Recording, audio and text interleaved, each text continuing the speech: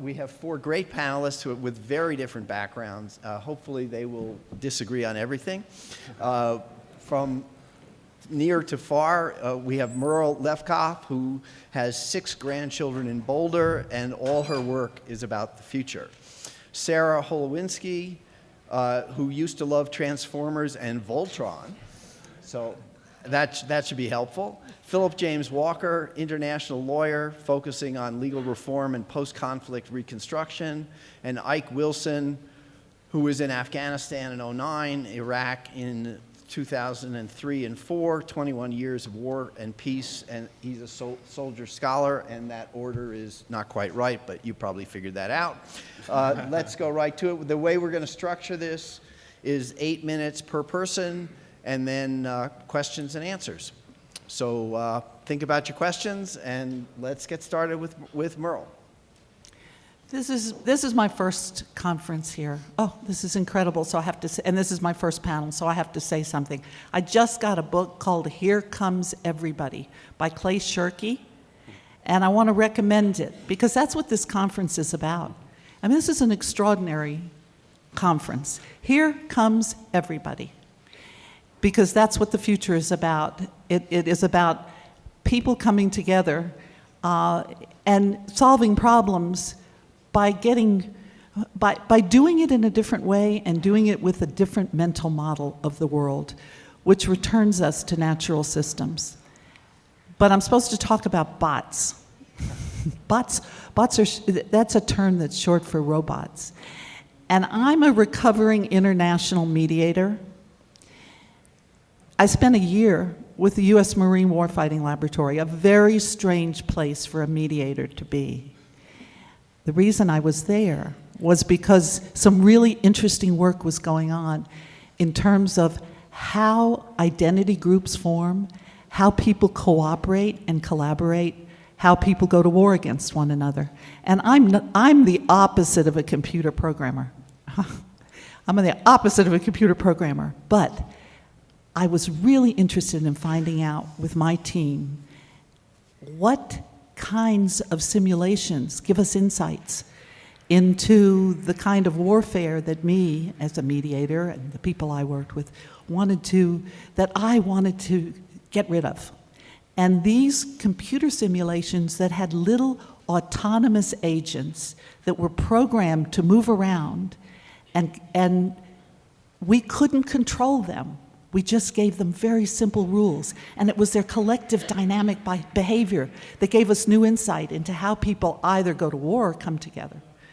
Now, that's kind of what bots do, and I hope somebody on this panel will talk about how non-autonomous this is, because somebody's programming rules and somebody's pushing buttons. But bots are being used as we tried to use them to see how to make peace. But they can also be used for warfare. And my understanding is that bots are being used to disable very large information systems on the enemy side.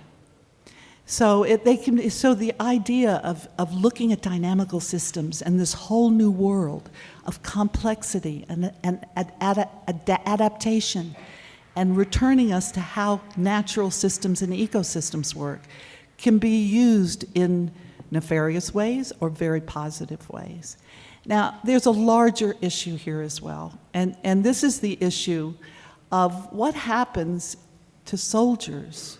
What happens to combat troops when war is increasingly being done from a distance?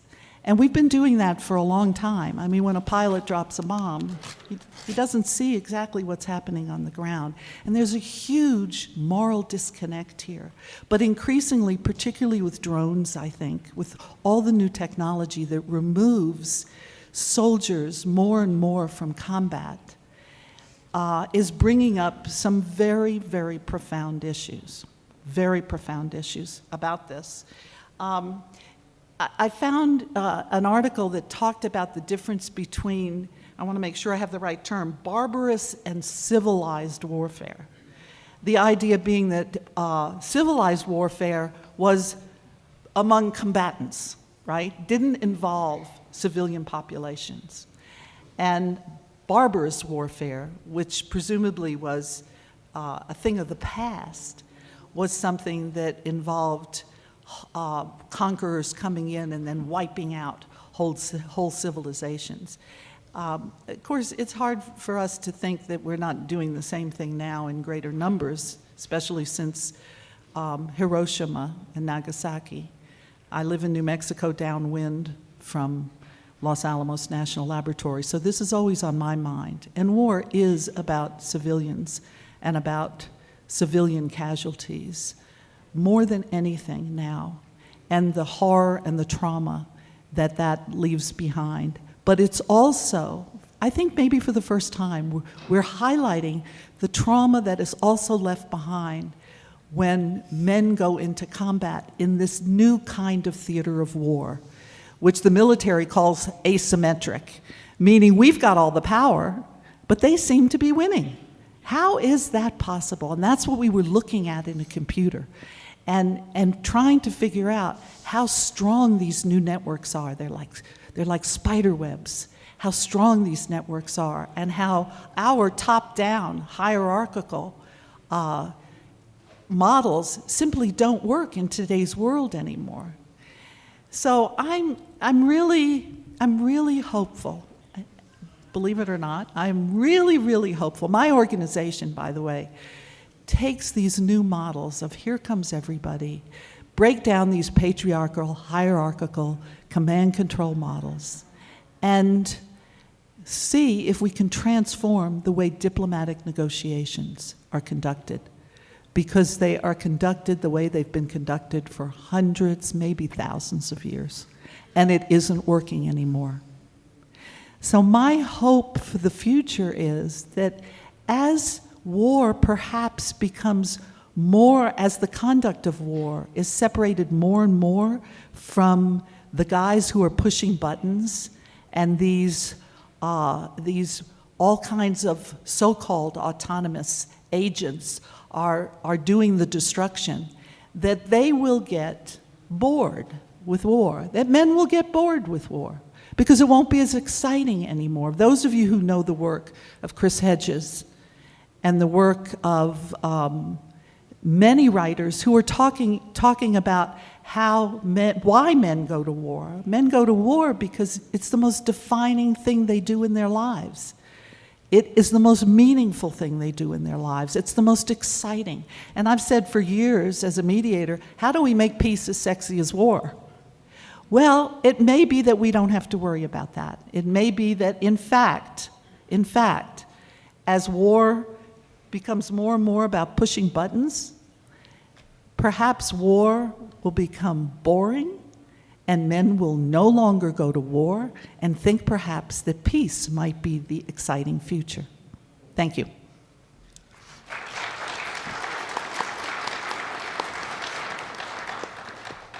Hello, everyone. Phil Walker. I first also want to say that this is my first time here, both in Boulder and for the Conference on World Affairs, and I'm delighted to be here. I think it's interesting and perhaps strange that I'm on this panel at all, because the panel, if anything, is about war and technology and the intersection of those two. And in some ways, I think of law, and I'm a lawyer, as the antithesis of war. Perhaps not the opposite of war, but it is the transfer of conflict from the physical realm to the realm of words and long, boring documents. And then secondly, it's about technology, and I am the biggest techno-klutz you will ever find anywhere. You know, my kids for years have had to turn the television on and off for me because I could never figure out how to do it. We recently upgraded our home entertainment system to digital. I know we're about 5 years behind the rest of the country, but there you are. And now that I'm actually able to turn the TV on and off by myself, I'm starting to feel empowered that maybe I can make use of this technology effectively. I think my problem with our home TV has actually something to do with this topic, in that technology has, in some ways, transformed the potentials for fighting wars. Now, I started out saying that I really don't know anything about the fighting of wars, and I don't, but I have spent much of my career in conflict or post-conflict situations. So, in a sense, I've never done it, but I've played it on TV. And you can really see how technology has transformed what can be done in a conflict or post-conflict situation. I mean, we've heard the phrase cyber war. And I guess the idea behind cyber war is your side finds ways to take down the communications or technology of the other side through viruses, through electronic pulses, through all of these various and sundry ways. And I think we've got to the point where cyber war is old hat. That what can be done now changes the way we even think about conflict and think about warfare. For the last couple of years, my major engagement has been in Afghanistan. I've been the senior legal advisor to their Ministry of Finance. One of the first things you notice when you land in Afghanistan is this humongous blimp that is hovering over the city and can be seen from pretty much any corner of the city. And it's tethered so that it never moves. And I asked, what is that thing anyway? And someone told me that NATO uses it to monitor pretty much every conversation that takes place in Kabul and the immediate environs. And, when you think about that, the capacity for intelligence that exists really is mind-boggling. In my area, in the Ministry of Finance, I do have some direct experience with the possibilities for financial intelligence, which I unfortunately can't talk about, but just let it suffice to say that it is incredible what can be done in the present time to follow money trails around the world, what can be done with current technology to shut down operations that exist, because operations, after all, need money, to levy sanctions against other countries where even a decade ago, when you talked about sanctions, you talked about trying to stop ships coming and going and things like that. And you had tremendous impact upon civilian populations, whereas now people talk about smart sanctions, where you can shut down one portion of the banking capabilities of a government that you may have a quarrel with. Or similarly, the importance of drone attacks in the current Afghan war. And in our 8-minute introductions, there's no time to really talk about whether these are good things, bad things, legal, whether they've accomplished their objectives set. But they're notable that the drone program has been only a small fraction of our total expenditure and engagement in Afghanistan in terms of both blood and treasure, yet people talk about it tremendously, and by all accounts, it has had a tremendous impact. Whether it's a positive impact or a negative impact, that's to be discussed. But this was not possible 10 years ago, or even perhaps even 5 years ago, I don't know. And there are tremendous legal issues that crop up when we talk about, in particular, drone attacks, but that bleed into all of the other possibilities that arise with new technology. The ability to target an individual anywhere on the globe has tremendous legal and moral implications that I don't think anybody has fully thought through. I mean, I know when the Obama administration had targeted in Yemen Mr. Awlaki, a U.S. citizen, and killed him with a drone strike, they said that there was a legal justification, but we can't share it with you because it's classified. Maybe they do have a legal justification, but that doesn't exactly facilitate a meaningful conversation when we don't know what it is or what it could be.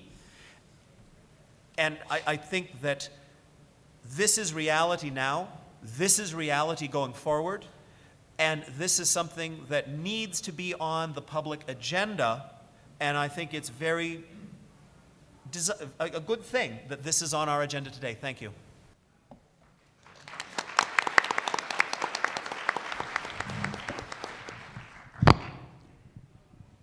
Hi, everyone. I'm going to do this Oprah style. It's also my first time here at the conference, so I'm really delighted to be here and particularly be talking about this topic because it's so interesting. So I'm a civilian casualties advocate, as in not creating more, but creating less, in conflict zones around the world, and I've been doing that for a lot of years now, working quite a bit with the military. So I get invited to all of these military conferences as the civilian war victims advocate, and I've been to a couple recently about robots and directed energy weapons like lasers and microwaves. These guys are so excited about the lasers and microwaves. And I'm brought in to kind of say, okay, what's the civilian impact of these things? And even the guys I keep saying guys, it's guys and women. I mean guys as both. I don't want to be chauvinistic here up on stage. These guys are so excited about these things, but they also know that they're really kind of scary when you look at what the future could be. And so they invite people like me to come in and say, okay, what are we not seeing here? This looks like a really great weapon, either for civilian protection or to stop riots, riot control, these kinds of things. What are we missing? And I guess my concern when we're talking about the civilian impact, and civilian meaning not combatant. So under international law, there are people who should be spared. This is hundreds and hundreds of years old, as far back in human history as you can go. Some people should be spared. Civilians under international law, combatants are the people fighting. In terms of civilian impact, no matter the weapon you're using, there is a civilian impact. So my concern is that as we move forward with new technologies, what is actually the civilian impact, particularly with those technologies that we don't really understand yet and could get out of control if we're not careful. And when I go to these conferences, when I talk to groups like this, I'm supposed to be the one who says, drones, absolutely not. No way, terrible civilian impact. We shouldn't have these new technologies. The thing is, and I'm gonna focus mainly on drones here because it's what I know best. The thing is, I'm not really opposed to drones. I'm not really opposed to missiles coming from drones, any more so than I would be about any other weapon that has the potential to kill civilians. The thing is whether or not they do kill civilians and how you can mitigate that. So if we're talking about technologies that we already have, like drones, then we're talking about, okay, what are the targeting procedures? What is the resolution? So what are you actually seeing on the ground? You're looking, these guys in Nevada, right? They've got drones up in Afghanistan, in other places that we don't really admit as a country. They're looking through a soda straw onto the ground. What can they actually see? Is that guy walking along the road carrying a hoe because he's a farmer, or is he carrying an RPG? Okay, they're not the same size, but you get the picture. And the thing is, the Reapers, which you hear about, a type of drone, can't tell the difference. So how long are they watching? There is so much surveillance coming in 24 hours a day, they don't have enough people to look at it. So what does that say about, okay, you're gonna go follow this Al-Qaeda guy, and he's a combatant, and you're gonna go after him, and he goes into a building. How long have you been watching that building? Do you know that there is a sick child in the basement? Have they been there for 3 hours, 3 days? Are they going to get killed when you hit that building? These are the kinds of questions that we need to have about drone operations. And then when you're looking at what happens because of a drone attack, you don't have boots on the ground, you've got bots on the ground, which means that you can't go back in, as the military is apt to do now. The American military is quite good about going back into a particular missile site or wherever that attack was and saying, okay, how many civilians here were harmed? And then matching it up with what they did, what they thought was going to be the case, and then talking to the village elders if appropriate and saying, okay, we really didn't mean for this to happen, we're apologizing, what can we do here? And then taking those lessons learned and inculcating them back into the process. This can't happen with drones. You can't see what's coming out of that building, and even if you see a certain number of bodies pulled out of that building by other militants, you don't know who they are, and you don't know if It's the wife of the al-Qaeda leader. She's not a combatant, she's a civilian. So how are we defining people? How are these weapons being used? And so for me, it's not necessarily about autonomy, although that is certainly a question. These drones are not autonomous right now. They're remotely controlled by quite a lot of people. There's, 80 people controlling every drone, something like that. So they're not autonomous, but it's not necessarily about the question of autonomy for me. It's the question of transparency and responsibility for civilian harm and making sure that the policies and decisions that are controlling these kinds of weapons take into account the civilian population. And that's the case whether you have a drone, whether you have cluster munitions, whether you have any of these other weapons that are used. So the question about does this technology make war more plausible? I don't know. I actually don't think so.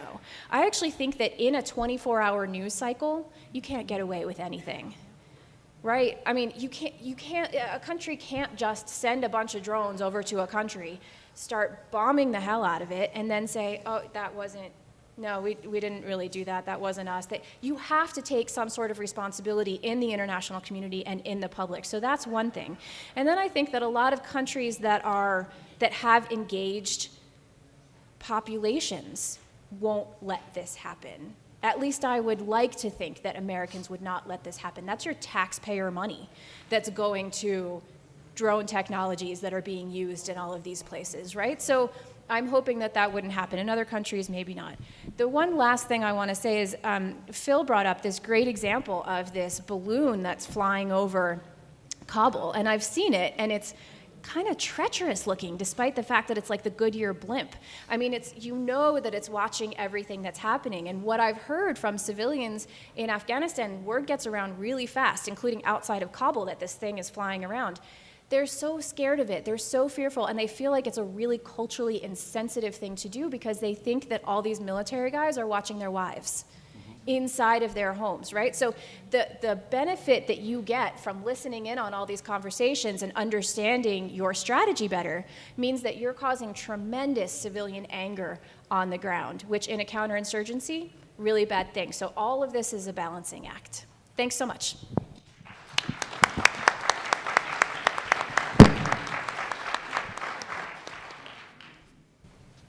Well, hello again, everyone. I guess I'm the veteran on the table, both from being here at Boulder before participating in CWA, as well as veteran in terms of the military guy at the table. When I first looked at this book, someone had actually told me, we think this is a typo. I think it's supposed to say boots on the ground. I said, no, it's intentionally missing the extra O. We're talking about bots. And I guess at the end of my story, at the front end, that's really kind of the point, and what really might be transformative in the here and now as we think about the role and the impact and the implications of technology and revolutions in technological affairs, and what may make this one just in fact truly revolutionarily different than past technological changes. And so what I thought I'd do is I would the benefit of going last, I get a chance to kind of tie things together. We're probably going to be more in agreement than not, but I'll try to just take the devil's advocate line on a couple of points here so we just get some infighting going along here. First, I'm a military guy, so I have to give the disclaimer. I'm only representing myself, not any official DOD entity. And so my comments are just mine and mine alone.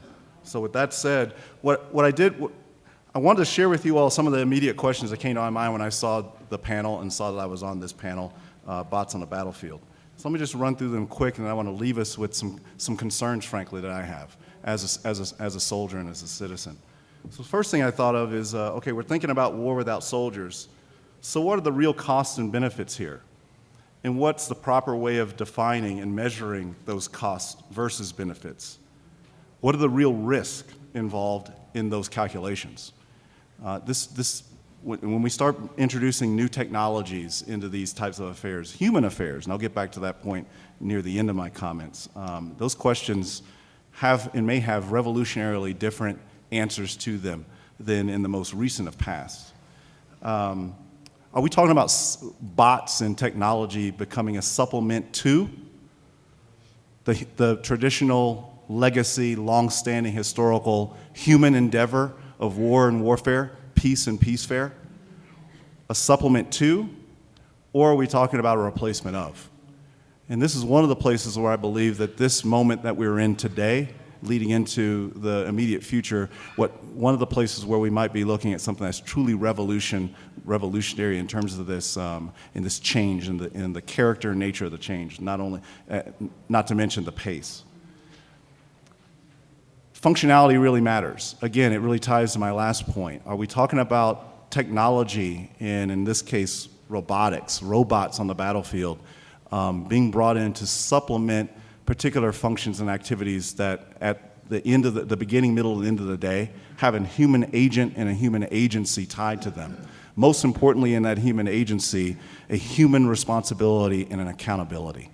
And this may be one of the places where I'm going to push back a little bit on Merle and Sarah. I'm actually not as hopeful and positive that the addition of this technology and robots in replacing the soldier, replacing the human agency and an accountable agent on the battlefield, I'm not so hopeful that it will lead possibly to more opportunities for peace and less opportunities for warfare. In fact, I'm quite concerned that it may lead in the exact opposite direction, that we become desensitized, that we take war and we dehumanize war. I think I introduced 2 oxymora in the last panel I was on this morning. Here's another one for us, and I think that's probably going to be the theme of my talks all week, introducing oxymora. But this dehumanization of war, right? No-cost war.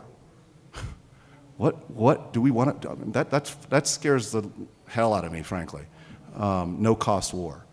Particularly for a type of regime, a type of government and society that is based on a healthy skepticism of all aggregated forms of power, of force and power, and the compulsion to limit power as best as possible. When we take the human agency and put it to the periphery, if not look eagerly at finding technological replacements to remove the human accountable agent from it, that leaves me quite worried, because again, I start asking and wondering where the accountability may have gone. I mean, how do I hold the robot on the battlefield accountable based on the law of land warfare when that robot commits an atrocity? And I've actually attained my ability to break away from the umbilical cord of technology, of warfare, when I've been able to attain full autonomy of the automated system, of that robot, of that drone. Who's accountable? I think it actually, unfortunately, sets a conditioned state of plausible deniability of the most dangerous of agents, the professional military soldier, and the officer corps that leads it. So I've done I actually had an opportunity to do some research on this. Another question, and I'll probably begin to end with this. Another one of the questions that came to my mind is, how new is this? And again, I think I've given you a glimmer of what the aspects of this that I think are truly new. This ability to actually go fully autonomous. We're right on the brink of this, and to complete the dehumanization affair. We win the prize, right? But it's a Pyrrhic victory, because another victory like this, and we may have completely undone ourselves as a society, making war and warfare too easy, something that I can do sitting on a different council next to my kids who are playing, David, what's one of the war games?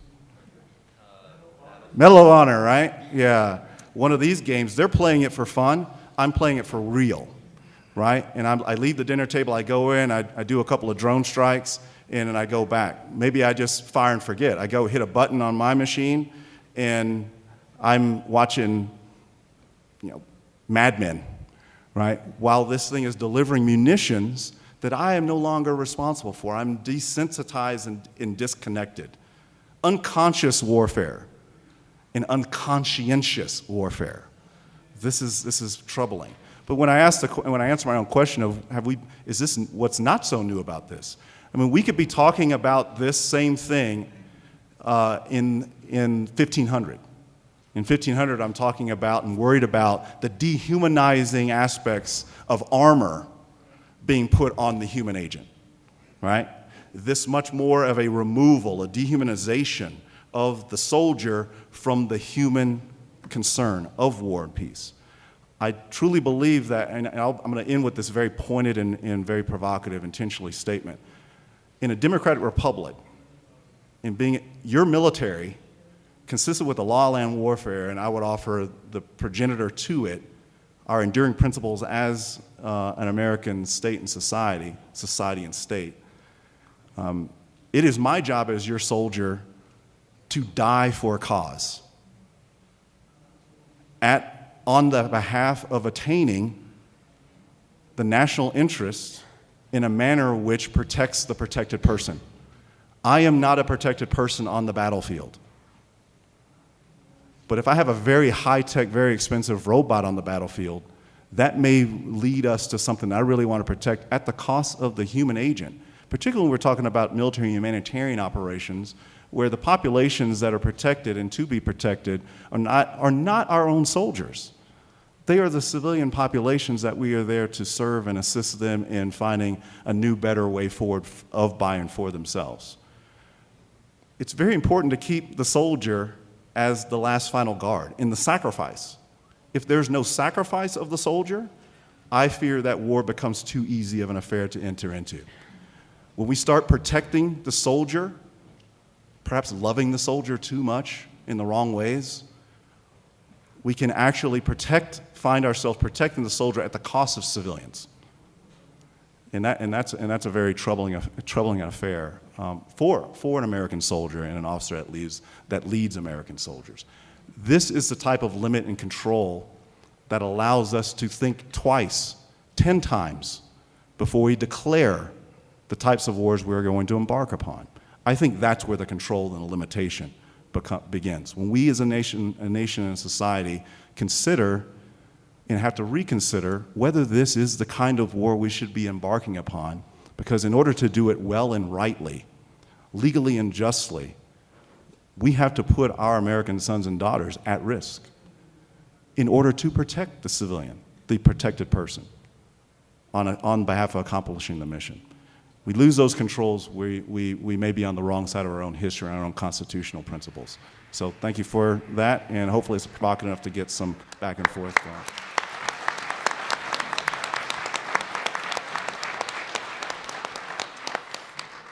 Let me ask panelists, do you want to have comments? Let's go from here down. Go ahead. Yeah, I have a comment. I mentioned the fact that men go to war, we know, because it's exciting and the defining thing that they do in their lives, if they serve, especially if they serve in combat. It's with them the rest of their lives, as we know. We don't really know how to fix that. The other thing we know, which you said quite eloquently, was that in order for a human being to kill another human being, you have to objectify that person. You have to dehumanize that person. And that's been going on for a long time, and the collective dehumanization that's been taking place recently is the classic example of that. So I know you mentioned you're not as hopeful as we are, but I am hopeful that this distance, right, is going to mean that we're going to lose the excitement of seeing the enemy and going after the enemy and making the sacrifice. That's why I'm hopeful about this, that there might be a positive side to this for that reason. Philip? Actually, I do have several comments, but I'll try and keep it quick. Use the mic, please. I have several comments, but I'll try and keep it brief. And I thought, actually, your comments were very provocative and interesting. But I want to make the point, bots are tools. They're tools for the pursuit of political objectives by largely violent means. Mm-hmm. And we, as a species, have been dealing with the legal and social implications of how to use these tools for a very, very long time. And I would challenge the contention that this latest turn of the wheel has further dehumanized or further distanced the soldier from the impact of his actions. Because while certainly being in Nebraska and controlling a drone in Afghanistan is pretty dehumanized, so is being at 25,000 feet in a bomber and dropping munitions upon Dresden during the Second World War. And many, many, many more civilians suffered and died with the last round turn of the wheel than in the current turn of the wheel. Now, I'm not trying to minimize the moral impact and dimensions of the drone program or the capacities that we now have. I'm simply saying that we need to remember these are tools. Tools exist to serve a political objective, and we need to be thinking actively about how to develop the structures to deal effectively with these tools so that we do not abuse them, that we do not allow ourselves to be so dazzled by what these tools that can do that we don't think about practical reality. And I'll wrap up just by contrasting, if you will, Afghanistan and Iraq. I've spent a little time in both locations, far more in Afghanistan than in Iraq. And I'll say that Iraq is a case in point that bots will never replace boots on the ground. And our big mistake, perhaps, in Iraq is that the planners of that war, besides the fact that they did it at all, which is probably a stupid thing, but that's a separate discussion, that they thought they could accomplish by technology what only people can accomplish. But not every war is Iraq. Perhaps there's a different mix in Afghanistan, that we need to be thinking about the political objectives. We need to be thinking about what we want to accomplish in this conflict zone. What tools do we need to accomplish those objectives, and what correctives or structures do we need to have in place to make sure that we do not abuse those tools that are at our disposal? To piggyback on that, listening to Phil and to Ike, for me, it's in terms of that human accountability and the agency that you were talking about, and the phrase no-cost war is something that's really evocative, right? I mean, how could we have a no-cost war? I don't see us ever having a no-cost war. When it comes to bots on the ground, the costs shift.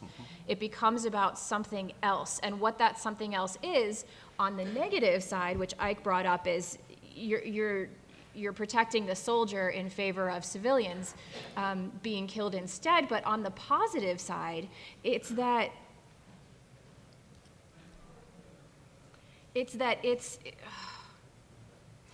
this is where jet lag starts kicking in.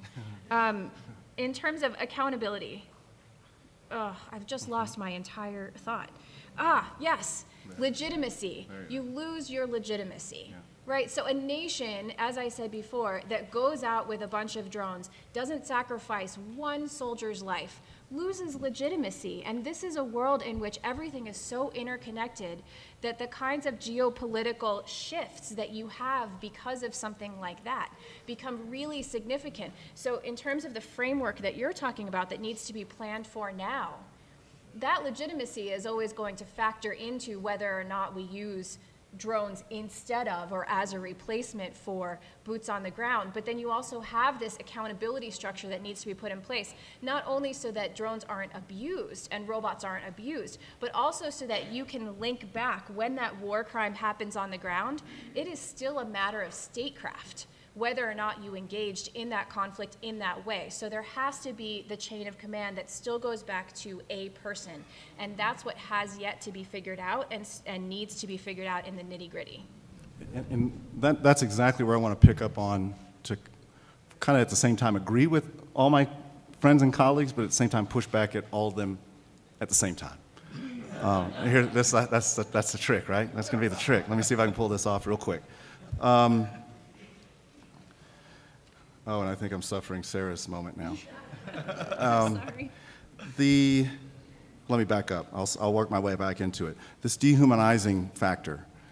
I think the working assumption there is something that we need to reconsider. And this may be part of the growing disconnectedness between, I'll focus on America, the United States, USers, the US citizenry and their military. This sense that there's a automatic gleefulness in the soldier to be very anxious to go out and prosecute warfare.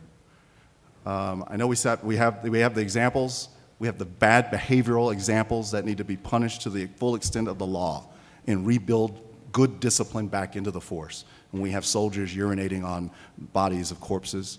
I'm concerned with the disconnectedness of and from war that might contribute to that being something that is fun and cool to do, right? I did it on the computer game, and now why not I do it here in Afghanistan? That glee is not there. That glee is not there. And I think we just need to get together more and discuss more and interact more, just gotta get a sense of who your soldiers are, because your soldiers are you, right? They're coming from civil society, and they want to, at the end of the day, conduct the mission and win the mission on your behalf, but they want to also be able to deserve the right to be repatriated back in society, right? And that's really important for society, and it's very important for the individual soldier. So it's almost the same thing of looking for a Jack the Ripper type of surgeon who is very skilled at the scalpel and goes out looking for folks to carve up. Good surgeons live by a Hippocratic oath to do no harm, and good soldiers live by a very similar, if not same, credo, right? So that's there. To Philip's point, and really kind of Sarah's also, I'm in full agreement, and that's my concern, because I think that today we live in a moment where we are benefiting from a revolution in technological affairs, in the revolution in military, political, societal affairs has not caught up and gotten in front of the technological advancements and gotten organizational and operational command and control over those systems. You know, Sir Michael Howard, a lot of scholars have done a lot of research on this going back decades, centuries, millennia. Again, this part of the storyline is not new. This is very, very old. It's existential, right? And you don't get it, an RTA, a revolution in technological affairs, does not equal a revolution in military affairs. And my concern is that the RMA has not caught up and overcome. Once we get organizational, operational command and control, that's when you're cooking with gas, and that's when your society and your state apparatus is in command and control of war for the attainment of peaceful ends. And then, let me leave it there, right? Long answers are bad. The soldier is not you, because we don't have a draft. I don't know what the percentage is of people, right? They are not, these are not the soldiers. And it's distance to even though we see it on television all the time now, and we see it on our computers all the time, we have never been more distant from sacrifice in this country, military sacrifice, and you know that's true. I concede to that. Right. Yeah. So you're not the soldiers, but what at a whole systems level, what this is about is, how do we end war as the way we do business as human beings? That's a system level question. Not how do we figure out how to plan for the new technology and how we make sure that the new technology doesn't kill more civilians, or let's make sure that the new technology can be used very specifically to just target. I'm working in the Middle East now. I've been working in the Middle East for over 30 years. And the Israelis are really good about sending in those. They do, targeted assassinations. I'll be talking about the Middle East this week. So this is about, what does it take to end war? A new paradigm of peace. And that's the system level question. So I just wanted to make that clear. So I'm talking about something else in a way. Yeah. Just real quick, and then we got to get to you all. I concede that point. I think that's another one of my concerns. This is where I'm really speaking for myself. I asked the question. I've been asking the question for myself for a number of years now, that how does a democratic republic get away with providing and defending its constitution with largely and increasingly an all-voluntary force? Professional officer corps, maybe extra constitutional, right? So one way to get this human agent, this check and balance back in the system, is to have some really hard, difficult conversations again, that you should never allow your military and your duly elected representatives in Congress to define as a third rail conversation. And that is, how do you get back to a nation in arms? To get that limitation that's embedded inside the state societal contract and arrangement.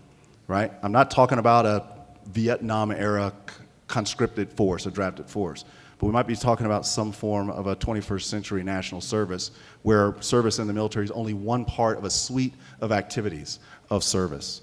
But that's how you get the soldier being, again, of us, and we get rid of this disconnectedness, this gap between the professional soldier and civil society. I am one who is not convinced that the Iraq War of 2003 would not have gone dramatically differently if we did not have more of a 21st century conscripted force, a nation in arms, that would have been joining from the inside of the warfare on the ground with the external forces, you all, questioning the legal rightness and the moral justness of prosecuting the war, kicking it off, right? That is an important check and balance. And my last point, get back to declaring wars. And part of declaring war is declaring that we're not going under very particular conditions. The fact that we have not exercised that constitutional enterprise, that mechanism, and we've had over 270 uses of force since the last time we declared war formally, which was World War II. We've had over 278 incidents of uses of force for military and other than military means. That is, we've lost an enormous check and balance. And again, the fingers are pointing back at all of us as citizens to force the declaratory functions of our Constitution. Actually, can I just jump in briefly to add to your point on the political accountability that we need to be talking about? Yes. And, you know, gosh, it's terrible. I totally agree with you. I shouldn't even be saying this, but I want to jump on something that, you know, we got to think about the real world. You know, what can we do as a nation to move ourselves in the right direction? I don't see the draft coming back. Frankly, I'm a bit dubious about national service as well. We can at least talk about money. Try and figure out how much we've actually spent in Iraq. I challenge you to do so. You will not be able to figure it out. I challenge you to figure out what we have actually spent in Afghanistan. You can't figure it out. There are whole sections of our national budget that are secret, very large sections of our national budget that are secret. I accept that there is some need for secrecy for some core intelligence functions, perhaps, but I think it's gone far beyond what is desirable or sensible. And some of it is simply accounting gimmicks. Accounting gimmicks to prevent us from knowing what is actually spent. And that's one place where we can push back. Yeah, I agree. Great.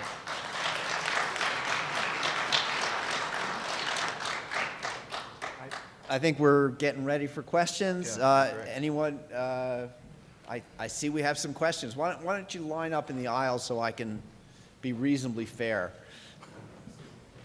Students in front. Wow, excellent. Ouch. Let's start with the microphone over there on my left. Hi. My first question is directed towards Merle, and you were talking a lot about the excitement of a person going to war, and I understand what you mean, you know, just the anticipation and the adrenaline of, you know, man versus man combat. It's you or the other person. And you were saying how the more we start to push buttons, the less exciting a war would become. I hope. And my question to that was, how many buttons do we have to press before we don't want to do it anymore? Like, I don't know the answer to that, but I know we're pressing a lot more buttons now, aren't we? On our computers, on our iPhones, I mean, we can go down the list. I don't know the answer. I guess my feeling about this is I'm very hopeful. I know this sounds like pie in the sky, but it's a very serious issue for me. I'm working with the Canadian military right now, and they see themselves, they're different from the U.S. military, as perhaps the forerunner of a military in NATO and in the world that can be soldiers literally for peace on the ground, who know how to do operations in the theater in a different way. So, thank you for the question. and then I also wanted to ask, this one's directed for Sarah. You were saying how you were talking about the abuse of robots, and I was wondering, it's kind of a gray area, like how much use do you consider abuse of something like that? how much use? Yeah, like do I when use? does it become an abusive thing? I don't think there's a threshold. I think there's no number threshold. I think it's a threshold of transparency and accountability. And when you don't have those two things, then it becomes abuse of a weapon, regardless of how that weapon, what that weapon actually is. Okay, Yeah. thank you. Thanks again, everybody, for giving me the time. I have 5 quick questions, and I'll ask them all at once, and it's for all of you guys. So the first question is, where are these robots being manufactured in? Which country is the leader in military robots? Can these robots be hacked into? What safety protocols are in place to ensure human safety? And what is the cost per unit? If you guys know, I don't know, maybe Phil will know. I can do protocols for human safety, and then the rest of it is all you guys. Protocols for human safety do not currently exist outside of the rules of engagement for a particular military in that particular country. So it's all left up to the warring party, and the rules of engagement are usually whatever the rules of engagement are for boots on the ground. So that's what that is, and they vary from, basically do whatever you want. Wow. Not committing obvious war crimes, to, for example, the United States and Canada, which have very restrictive rules of engagement, and you actually have to use them in a prescriptive fashion. Thank you. I just want to follow up on Sarah. I don't necessarily have answers to these are great questions.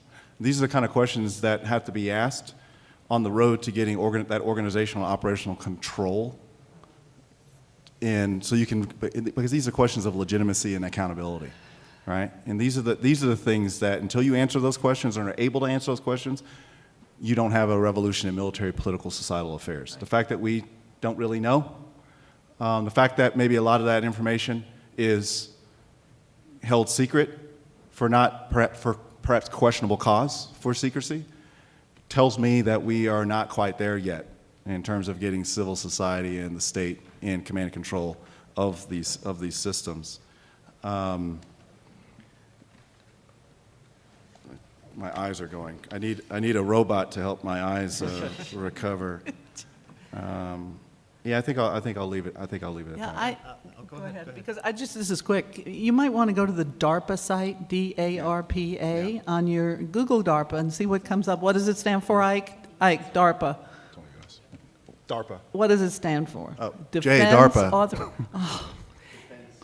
Advanced Thank you very much. Yeah, you might get a little bit more information from the DARPA site, because that's where a lot of the research is, in fact, most of the research is going on. Which is mostly U.S. 40 to 60 Right. countries in the world have drone capabilities. They're not all weaponized, but if you think about what those countries might be, it's a little bit scary. Now, what I do know, I did some research on foreign military sales, and so what I do know is that for the last 50 years at least, the United States has held the golden share, about 60% of foreign military sales, R&D, low-end and high-end technological development in sales, leases, offset bargains. So it may be wrong to make this kind of extrapolation, but I would not doubt that we also still maintain the golden share over these types of technologies as well. But I would look to China, right? Particularly in the cyber realm, in the cyber world. India.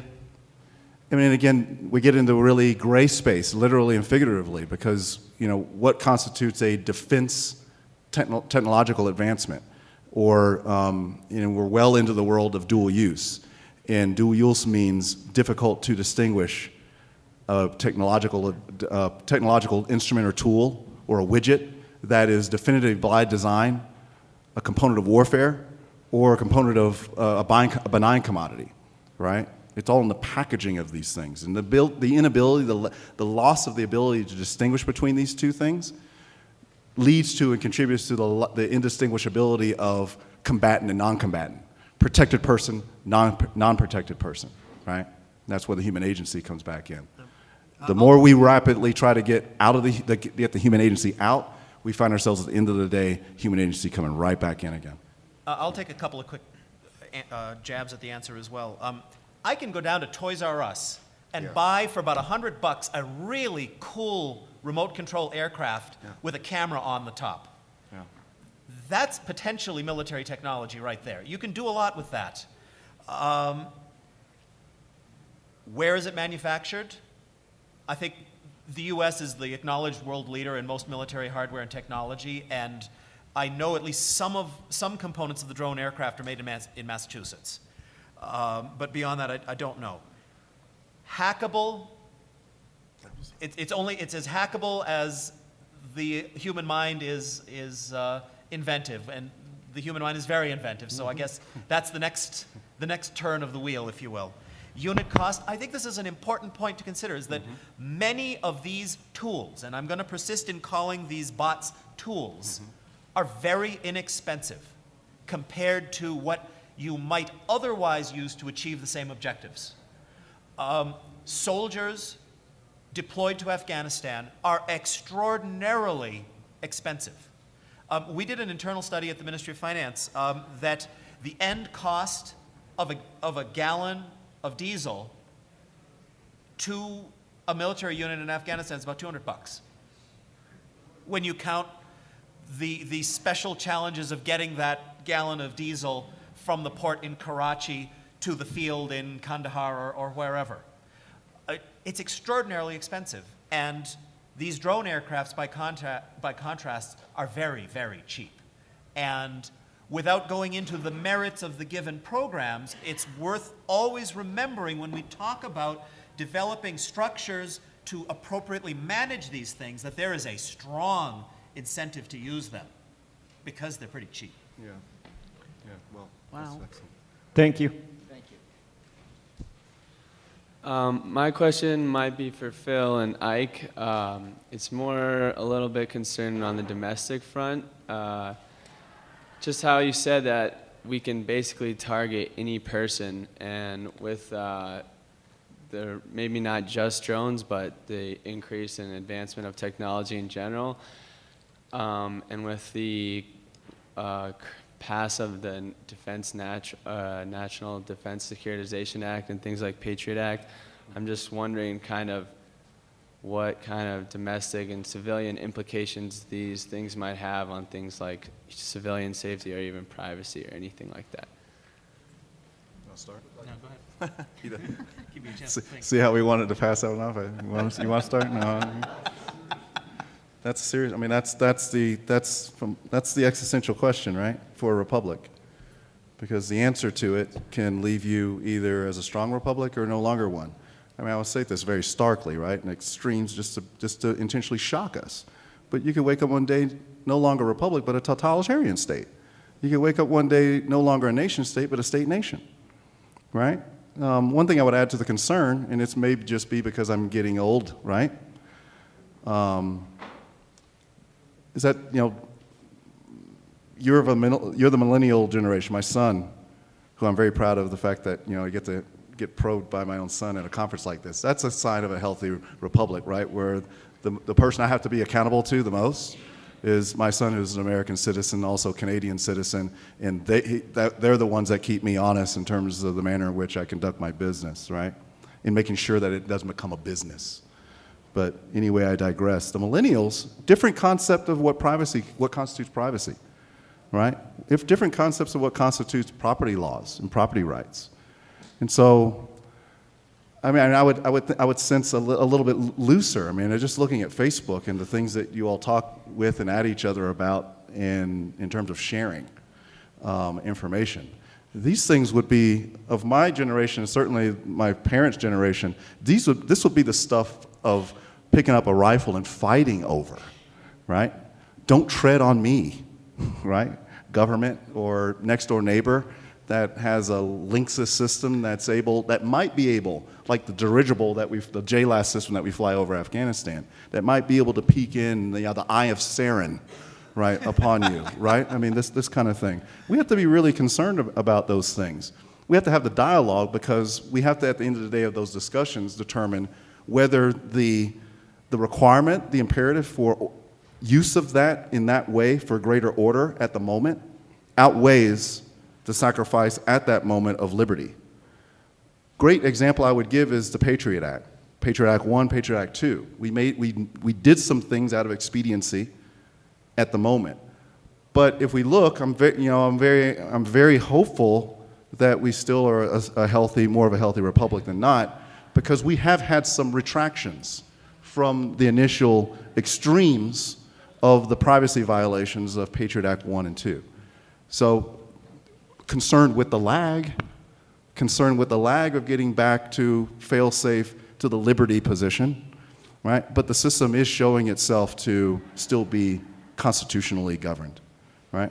But we have to be very vigilant on looking at that and to the point of gauging the degree of lag between doing things out of the imperative of when wars determine themselves on us and having to do things on behalf of the existential threat to the life of the society and the state, but don't linger in that too long, right?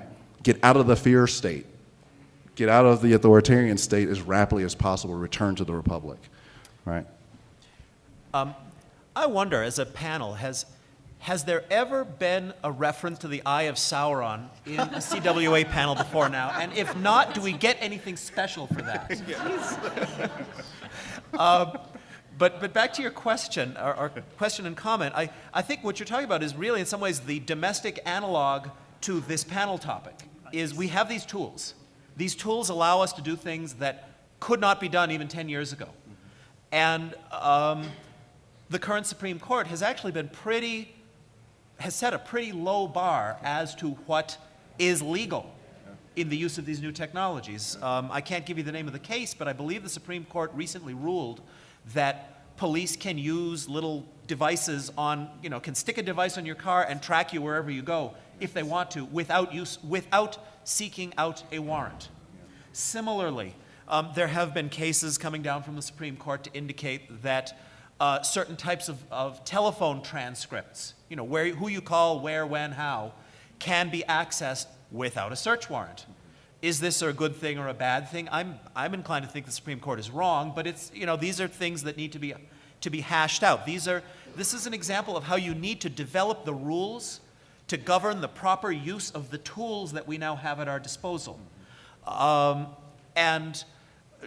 Using, for example, drones to strike U.S. citizens outside of U.S. jurisdiction.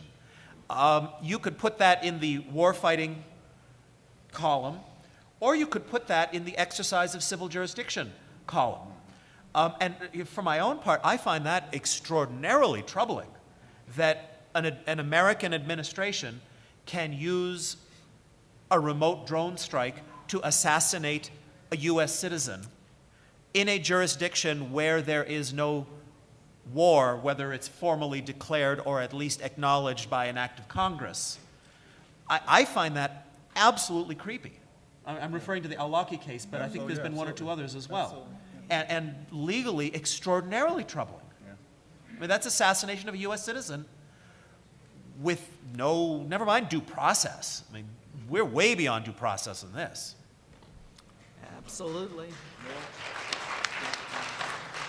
No, I mean, I absolutely agree with this. I talked just a minute ago about targeted assassinations by the Israelis, but we're doing the same thing. And with American citizens, it's unbelievable. It's absolutely unbelievable. And where are we rising up to talk about this? I see a lot of young people at the microphone, so I hope that's where it's happening. Thank you for your time. So I wanted to ask about how you guys feel about post-traumatic stress disorder and the emotional and physical repercussions, but mostly emotional repercussions of war and combat, and whether or not a human's ability to feel pain in the moment and later on in their life related to war is an asset or a liability, and whether that helps us decide what wars we should be in better, or if it's holding us back and causing us to commit more atrocities. What a great question. Can we start? That was a good one for you. Yeah, that's such a great question. I hate to answer it too quickly. That's a terrific question.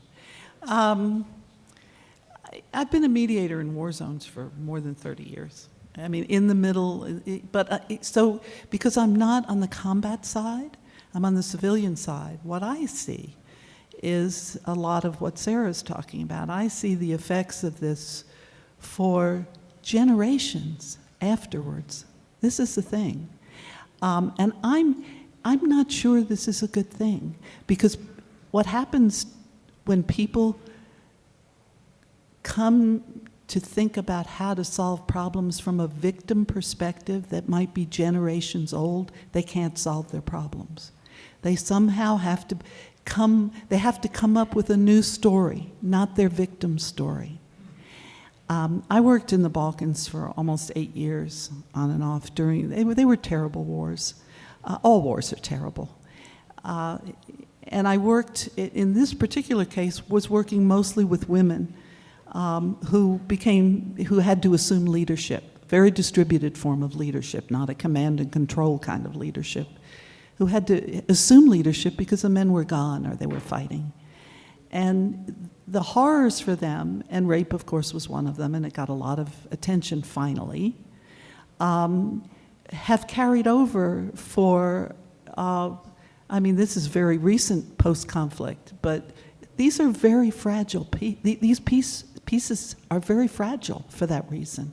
So it's a wonderful question. I tend to think the carryover is not a good thing, and that until we can get past our victim stories, we cannot imagine a better future. I don't know if that answers your question. Can I just like to add to that. One of the missions I've been working on for the last 2 years is working. The Chief of Staff of the Army missioned me and a group of folks at West Point to put a team together to actually go out and do research on trying to identify why we're seeing this spiking out across all high-risk behaviors among the military, to include military families, spouses and children. Everything from domestic violence to spousal abuse, family fracturing, medicated incidences through drugs and alcohol, all the way up through suicide ideation and actually committing the act. Because the rates are high among the military.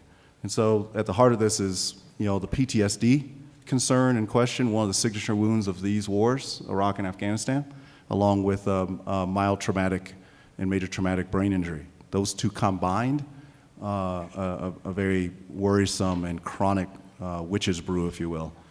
And so we spent the last 2 years kind of trying to get an idea and get, again, operational organizational control over this. I talked a lot about and got in a bit of trouble back in 2004, talking about and revealing that, how we had a great plan for the war fight in and of and around and against Iraq in 2003, but we were left pitifully short and absent of an equally good and sound operational plan for waging and winning the peace, right? And you only call a war ended when you win the peace. And winning the peace includes an effective repatriation of the soldier back into society. So if I'm talking about Afghanistan in 2012, or I'm talking about Iraq in 2011, you're not complete until you finish that phase 4, reconstruction, rehabilitation. We have the same problem here in the United States. And what makes this an excellent question is that our wars will not end until we as a society answer properly, organizationally, operationally, legally, and ethically, the repatriation problem. How do we transition and repatriate these large numbers of veterans, combat veterans? And we're not just talking about the military. We're talking about Department of Justice. We're talking about Department of Commerce, State Department, USAID, because wars have expanded to gray out the space distinguishing between the warrior and the peacemaker, because we're all doing these types of activities in combination today. And until we do that, the wars do not end. We are still losing soldiers, American citizens, to the war of Vietnam because we have not completed the repatriation. And that's what we're talking about here. This desensitization contributes, I would offer, to the PTSD, the chronic PTSD, which is not the same as post-combat stress. Combat always brings stress, but when it gets to the chronic ailment, the disease, that is telling you that your society has not come up with the organizational methods and treatments to treat the wounded and repatriate them. And last point, quickly, it goes back to good cause. One of the things in our study that we saw that makes a significant difference between soldiers returning and their families returning and going through the natural experience of post-combat stress. You want your soldiers going through post-combat stress. It's a reminder that you're still human, right? And not falling into PTSD. What makes one of the main things that makes a difference is whether the cause was just and right, whether it was a good war. And that goes back to the determination and the declaration of the thing, which for representative democracies is all about us in the room. So. I just want to tell a brief story by flipping this on its head, and instead of post-traumatic stress disorder, I see a lot of pre-traumatic stress disorder, and that is among civilians who are the direct targets or who are living among drones. We do a lot of interviews with civilians who have come out of North Waziristan and South Waziristan in Pakistan, where U.S. Central Intelligence Agency drones are flying around overhead all the time, and they create this buzzing. There's a word in Urdu and Dari and all these other languages that is for a bee that's buzzing constantly. And small children who we've interviewed are having pre-traumatic stress disorder. They are peeing in their beds at night. Every time they hear the buzz, they crawl under their beds. They won't go to school. And it's because they don't know who actually is a target. They think that they're a target. If they go to the market and stand next to a guy buying a loaf of bread who happens to be Al-Qaeda, is he going to get shot right there and then they're going to get shot as well? They don't know. And this culture of fear makes them have PTSD. And so the question becomes, and so to follow on Ike's Witch's Brew, this is what I call a big gamble. This is our big gamble about war, because are those kids going to become militants? Are they going to be able to go and get an education? Are generations going to live this way in a culture of fear? Or will they be perfectly fine? We just don't know. And that's different with drones than it is with boots on the ground. They know how to avoid boots on the ground. They don't know how to avoid a drone. We've got 8 minutes left. What I'd like to do is if each person could state one question, and then we'll let the panel take whichever questions you want, one person per question, and see if we can get all the questions answered. Go ahead. Okay, I have a question for the panel regarding R&D. That's rules and tools, R&D of weapons inside a theater of war. With a statement, I worked on laser targets in Vietnam 44 years ago, and I wondered at the time, as a 20-year-old kid, what the Geneva Convention might say about that. Thank you very much. Question over here. Yeah, I would like to both remind the panel, some of us feel that drone technology and things of this nature are going to have a shock and awe value to those of our generation.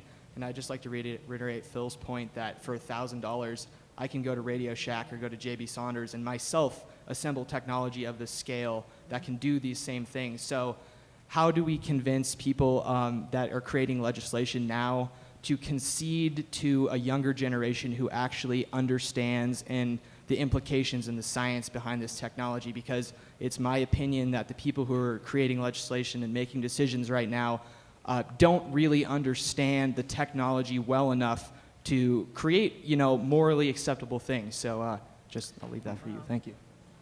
Yeah, so in regard to civilian deaths by U.S. drones, Sarah, you said you can't get away with this in a 24-hour news cycle. I mean, most Americans are unaware of actually the count of dead and injured and displaced in Iraq. Can you guys be specific about how many people have been killed in Afghanistan, Pakistan, and elsewhere because of U.S. drones? Thanks. So we've been talking about how these drones or bots can be used as tools for peace, but Afghanistan is a war to win the hearts and minds of the Afghani people. And if there's a blimp hovering above Kabul who's scaring people across the country, and if drones have also taken civilian lives and are even affecting the lives of children, how can they be justified as winning the hearts and minds of Afghani people if, they sound like tools of destruction instead?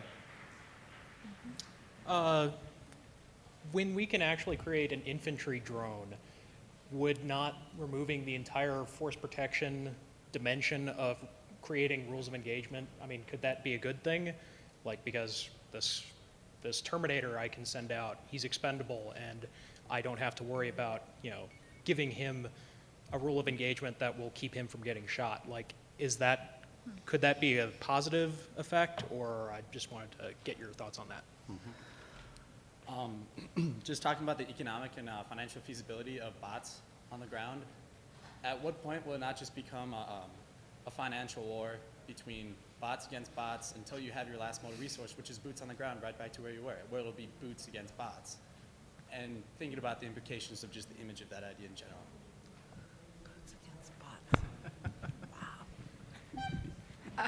In Vietnam, the human toll was so great that the debate was in the public sphere.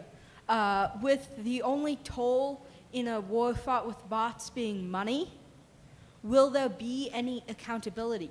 Will the public even care? Anwar al-Awlaki did not get the press that it deserved because it wasn't a military action as much as it was a drone strike.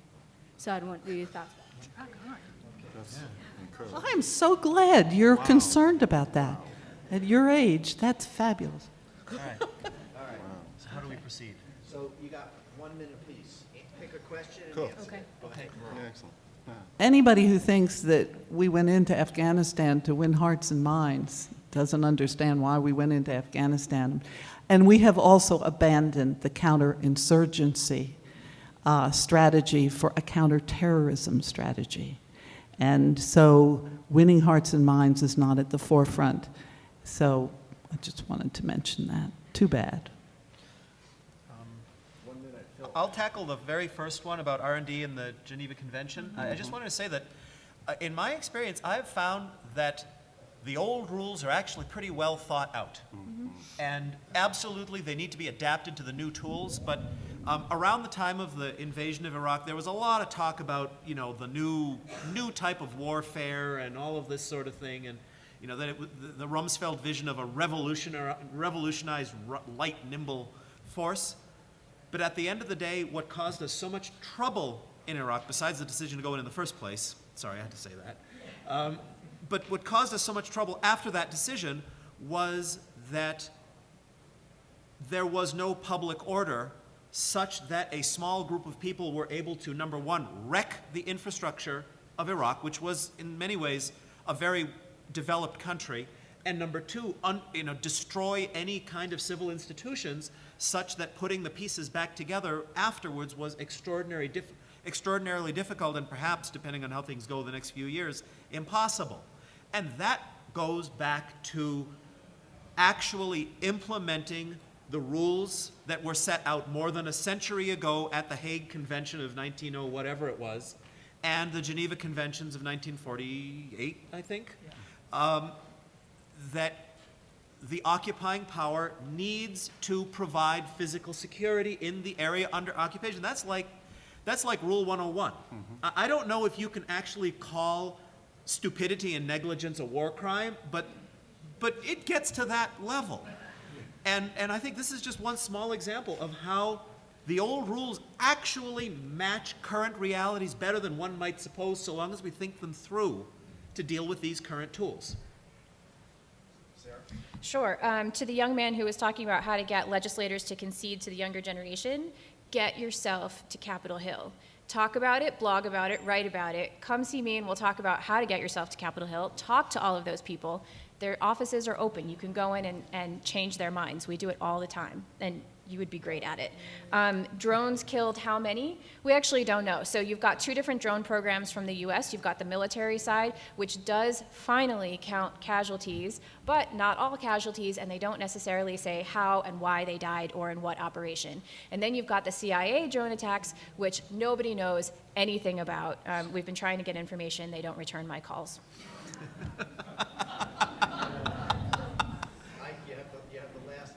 I think we have two left. The question about bots, platoon of bots, good or bad. I think, again, it comes down at the end of the day of what the political object of the war is. Right? It's going to come down to a political societal question, whether you're dealing with a platoon of bots or you're dealing with a platoon of human beings. The question of good or ill is a political determination. It's not going to be determined by the technology in and of itself. It's not going to be determined by the soldier on the ground, whether that's a cyborg or a full-up robot or a human agent.